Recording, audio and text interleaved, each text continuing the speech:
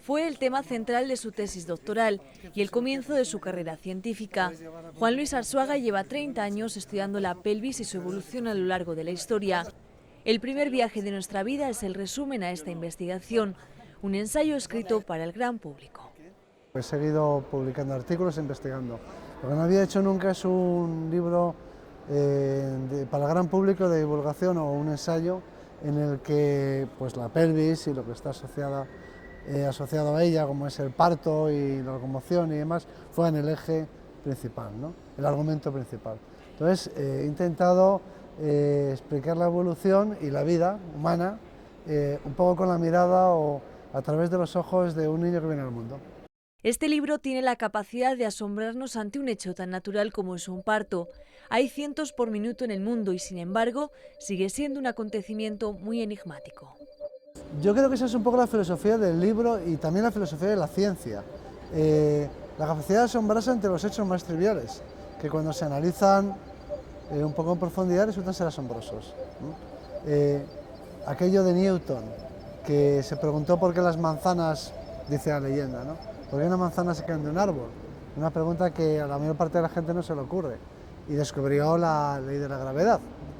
O sea que las cosas más obvias, ese sol que vemos todos los días recorrer el cielo, preguntarse si no será el sol el que está quieto y la tierra la que dé vueltas. Entonces, asombrarse ante los hechos más frecuentes de la vida, ¿no? Como el amor o como, pues no sé, en qué consiste ver simplemente o por qué existen los colores o qué es el parto, ¿no? Algo que sucede todos los días y que quizá por eso no le damos la importancia que tiene.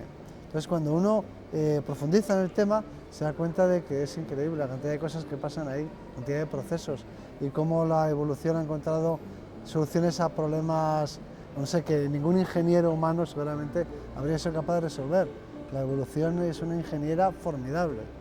Cómo nacemos no es una anécdota, es un asombroso viaje, especialmente complicado y doloroso en nuestra especie.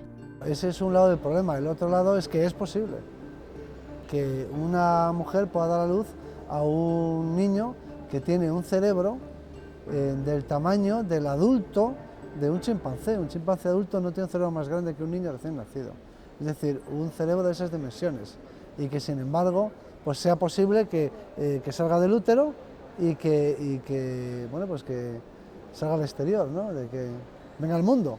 Entonces, aunque tiene esa contrapartida dolorosa, también tiene esa otra grandeza, ¿no? de que se ha hecho posible algo que difícilmente se puede imaginar.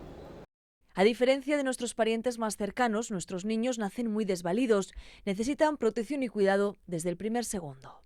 Nos diferencia de nuestros parientes más cercanos, que son los grandes simios, y el resto de los monos en general, que nuestros niños viven al mundo en un estado muy desvalido, que son, por decirlo así, maduros o prematuros, si se quiere. Y eso es muy sorprendente, porque pertenecemos a un grupo zoológico, que es el de los primates, que se caracteriza precisamente por lo contrario. Se caracteriza por tener una sola cría, pero que nazca muy espabilada. Y necesitan que sea así, porque tienen que trepar a los árboles. No la pueden abandonar a la cría en una madriguera o en un nido, no, y ni la pueden acarrear, porque necesitan las manos, las madres, para moverse por los árboles. Por lo tanto, las crías de los primates son siempre, con una única excepción, que es la nuestra, son siempre muy adelantadas. Entonces, la nuestra es muy poco espabilada, como decirlo así, está muy poco madura cuando viene al mundo, y eso lo cambia todo, porque necesita protección, cuidado, transporte, lactancia, por supuesto, como los demás mamíferos, necesita un entorno protector, necesita una serie de cosas que, es decir, solo es posible conseguir ese milagro de la fisiología y de la anatomía si también se produce un milagro en la sociología, digámoslo así. Entonces tiene que cambiar no solamente la anatomía y la fisiología, sino también el comportamiento. Todo tiene que cambiar para que sea posible esta solución. Todavía desconocemos mucho de ese primer viaje que emprendemos los seres humanos. Lo que sí sabemos es que esa pequeña gran travesía desde el vientre materno no es igual a la de nuestros antepasados. Era más fácil antes, era más fácil porque nuestra especie en concreto, el Homo sapiens, aparte de ser la que tiene más cerebro, junto con los neandertales, es la especie más estrecha de la evolución humana. Nosotros comparamos el cuerpo humano con un cilindro, y hablamos del cilindro corporal. Bueno, pues cuanto más estrecho es ese cilindro, mejor para la locomoción, porque es más eficaz, incluso más eficiente energéticamente.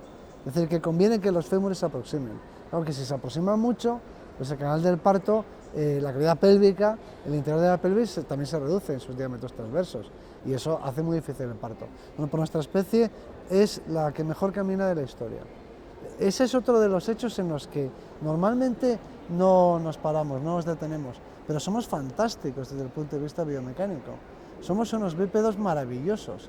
Hemos conseguido, la evolución ha producido una especie que tiene una forma de moverse y de caminar que es desde el punto de vista económico, desde el punto de vista energético, muy eficaz, muy económica.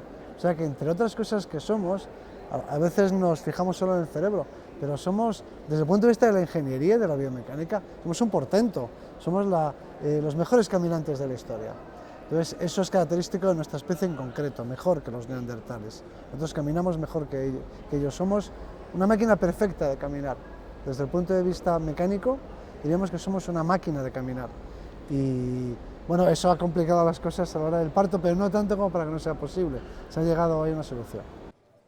Todavía queda mucho por saber sobre el viaje más importante de nuestras vidas. Este libro desvela algunas de ellas, pero también plantea otras tantas incógnitas. Ni siquiera sabemos muy bien qué es lo que desencadena el parto.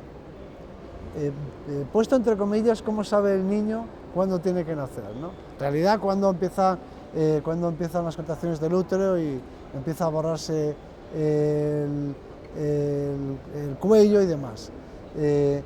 La pregunta es, ¿qué es lo que pone en marcha el parto? Pues ahí hay factores sin duda mecánicos, otros que son hormonales, en fin, no se sabe muy bien qué es lo que hace que en un momento determinado empiecen las contracciones. Y ese es uno de los problemas, pero hasta este año de 2012, que comento en el libro, no hemos realmente visto el parto por dentro. Se exponía en las imágenes radiográficas cuando se hacían, que claro, son estáticas, son fotos fijas, y se exponían de las imágenes de la ecografía, pero que no son muy definidas, no son muy claras.